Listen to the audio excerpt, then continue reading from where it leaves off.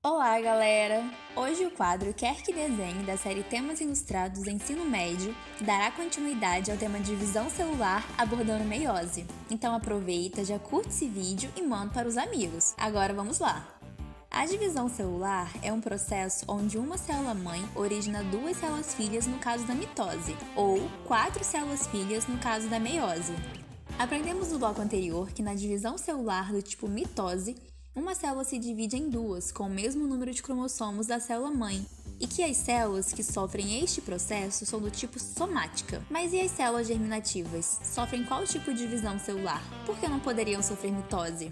A meiose é um processo de divisão celular onde a partir de uma célula são geradas quatro células-filhas com a metade do número de cromossomos da célula-mãe.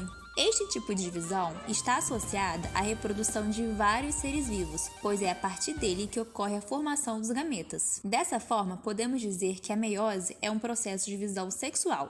De forma geral, os meiócitos são as células que irão se diferenciar em gametas através desse tipo de divisão.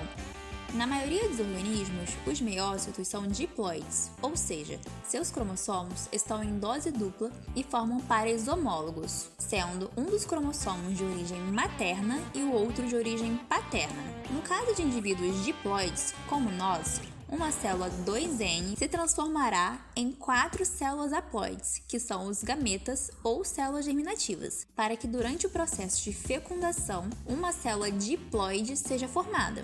Antes de iniciar o processo meiótico, a célula irá duplicar o seu material genético durante a fase S da intérfase. E após a replicação, cada cromossomo duplicado passa a possuir duas cromátides irmãs.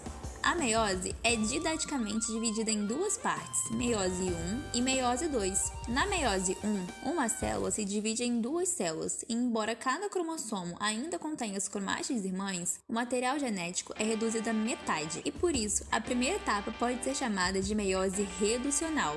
Já na meiose 2, duas células haploides se transformam em quatro células haploides. E como a haploidia das células é mantida, a meiose 2 é também chamada de equacional. A meiose 1 se subdivide em prófase 1, metáfase 1, anáfase 1 e telófase.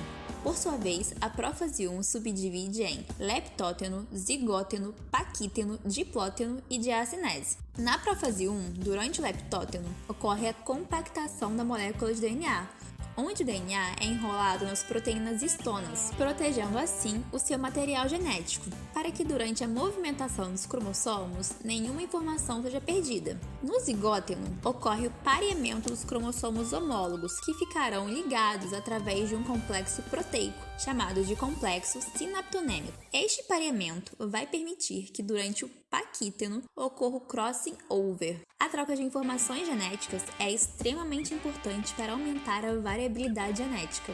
Durante o diplóteno, o complexo sinaptonêmico que permitia a união dos cromossomos é desfeito, fazendo com que ocorra o afastamento dos cromossomos e que estes fiquem unidos apenas pela parte onde a permutação ocorreu. Esta parte é chamada de quiasma. Na última fase, na diacinese, ocorre a fragmentação do envelope nuclear e os cromossomos se ligam ao fuso por apenas um de seus lados. Na metáfase 1, ocorre a formação da placa equatorial ou placa metafásica. Os cromossomos ficam altamente condensados e emparelhados de forma ordenada. Já na terceira fase, ou anáfase 1, os cromossomos homólogos segregam, migrando para os polos da célula. Nesta etapa, a célula começa a se dividir em duas. A telófase 1 marca a final da primeira divisão da meiose reducional. Cada um dos cromossomos homólogos, ainda duplicados, termina a migração para os polos. Ademais, neste estágio, o envoltório nuclear se reconstrói e a célula sofre citocinese, formando assim duas células haploides. Na maioria dos organismos, ocorre a intercinese, que é um período entre a meiose 1 e a meiose 2, onde ocorre a duplicação dos centrossomos e centríolos e também a desespiralização dos cromossomos. Alguns organismos pulam essa fase e migram diretamente da meiose 1 para a meiose 2. Durante a prófase 2, os cromossomos atingem novamente seu grau máximo de condensação e se movem para a placa equatorial. Repare que cada cromossomo ainda é formado por duas cromátides irmãs. Na metáfase 2, os cromossomos se posicionam na placa equatorial e ocorre a separação dos centrômeros. Durante a anáfase 2, as cromátides irmãs se separam e cada cromátide irmã vai em direção a um dos polos da célula. Durante a telófase 2, a membrana se reconstrói. Cada núcleo contém uma única cromátide de cada cromossomo. Então, ocorre a citocinese, onde o citoplasma se divide ocorrendo o estrangulamento celular.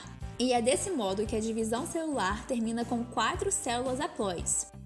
Agora que aprendemos todo o processo de divisão celular, ficou fácil entender o motivo pelo qual as células germinativas não podem sofrer mitose, porque se sofressem, durante a união dos gametas, os indivíduos teriam sempre o dobro de cromossomos do que os parentais, e o número de cromossomos precisa ser o mesmo entre indivíduos da mesma espécie, com raras exceções. Que viagem, né? Acesse nosso site e baixe o mapa mental completinho sobre esse conteúdo na aba Quer que Desenhe. Link na bio. Curta, comenta, salva e compartilha. Já pensou se esse conteúdo ajudar mais amigos? Aproveitem! Até a próxima, pessoal!